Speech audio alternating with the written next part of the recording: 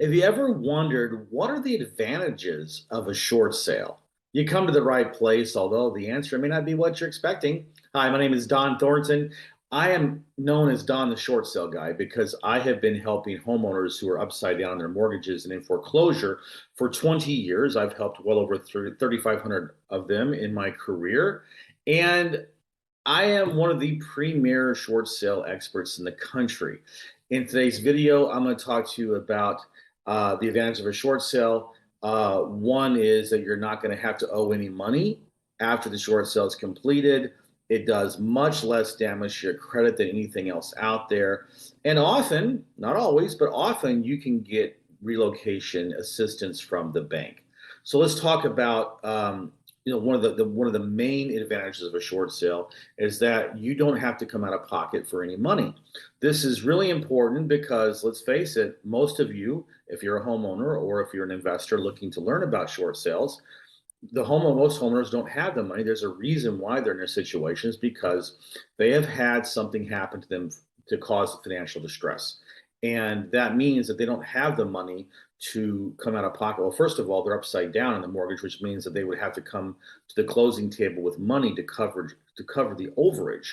So, for example, let's say that if the property was going to sell at $200,000 and they had to come, if you include commissions and closing costs, let's just say the final number was $216,000, but they owed 230, right? So they would have to come up with all that money, the extra money, like 15, 14, $15,000 to make sure that they get a full payoff on the mortgage and pay the commissions and closing costs, which obviously, if you're contemplating a short sale, you don't have.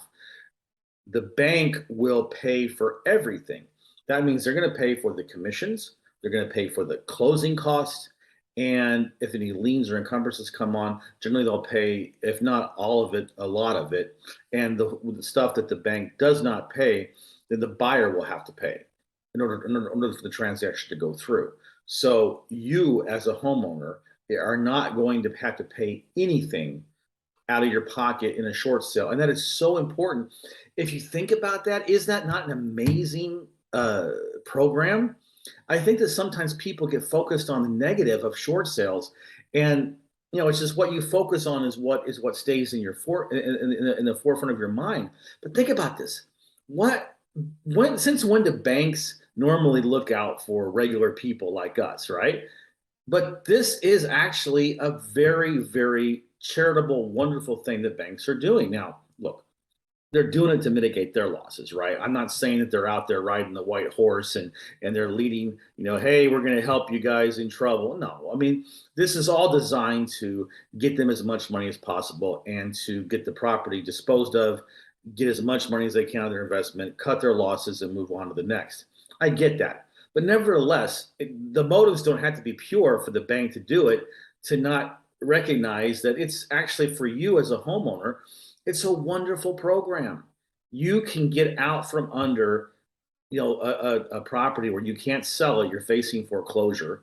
You may be in foreclosure, you may not be yet, but it's looming, and that's taken out of it. And that's such a wonderful program that I just, even 20 years into this, I still get excited about it because it's such a great program.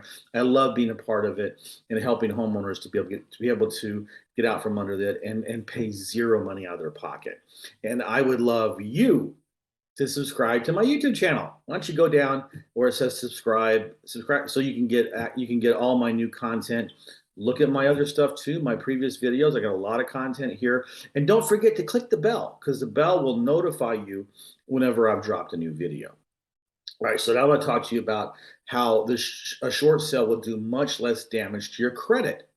So think about this from a point of view of your credit. The two biggest things that are going to give you the worst and longest lasting consequences of on your credit report is a bankruptcy or a foreclosure auction. So most people who are facing foreclosure, one of the first things they think of is bankruptcy. And of course, look, there's a lot of bankruptcy attorneys out there. They see someone who's filed or is behind their payments, or their foreclosure's been filed. They're going to start their marketing because they want money and they want you to file bankruptcy. Well, that's really bad for you, especially when you consider that for the most part, your mortgage is your biggest debt. So if you can eliminate the mortgage from the debt equation, you realize that you don't really need a bankruptcy, right? But see, it's an unfair trade because bankruptcy is going to lock you in for 7 years of not being able to qualify for a mortgage. Now you can probably get some subprime thing or whatever, but that's really expensive, and especially with interest rates rising, it's going to be very difficult for you to buy a house. You certainly couldn't do it at FHA or VA or USDA, where you get 97 to 100% financing. So you want to limit the damage to your credit as much as you can. So with a short sale, oh, and by the way, before I get to short sales, if the property goes to foreclosure auction, that's also 7 years. You're in jail. And if you decide, listen, I think I may want to do a deed in lieu of foreclosure, well, that's considered a foreclosure as well. So those three options, bankruptcy, deed in lieu of foreclosure, or let the property go to foreclosure, they are the worst things that can happen to your credit. You're in jail for a minimum of 7 years. Short sale is only 2 years. You can qualify. Now, assuming that you are making on-time payments for your other stuff and you're working to rebuild your credit, as far as qualifying for a mortgage, you're no longer going to be barred after 2 years on the anniversary of the closing date. Then you will be able to qualify for a mortgage, assuming that you built your credit back up again and you're doing better. So that's really the biggest advantage from a credit point of view of a short sale as opposed to anything else. There is nothing else out there that's better besides finding the money to reinstate the mortgage and doing your payments. But besides that, short sale is your best option. And I would love it if you would go down and comment on my video. I love it when my viewers engage with me. So, I urge you to, ask questions, reach out to me. Maybe you have a question about short sales or anything having to do with real estate, and you'd like for me to do a video about it. Just comment, leave a suggestion. I'd be glad to do it. I'm always looking for new advice and new ideas on what to do a video about. So I would love that. All right, so let's talk about another advantage that you have with a short sale, and that is oftentimes you can get a relocation incentive from the mortgage company.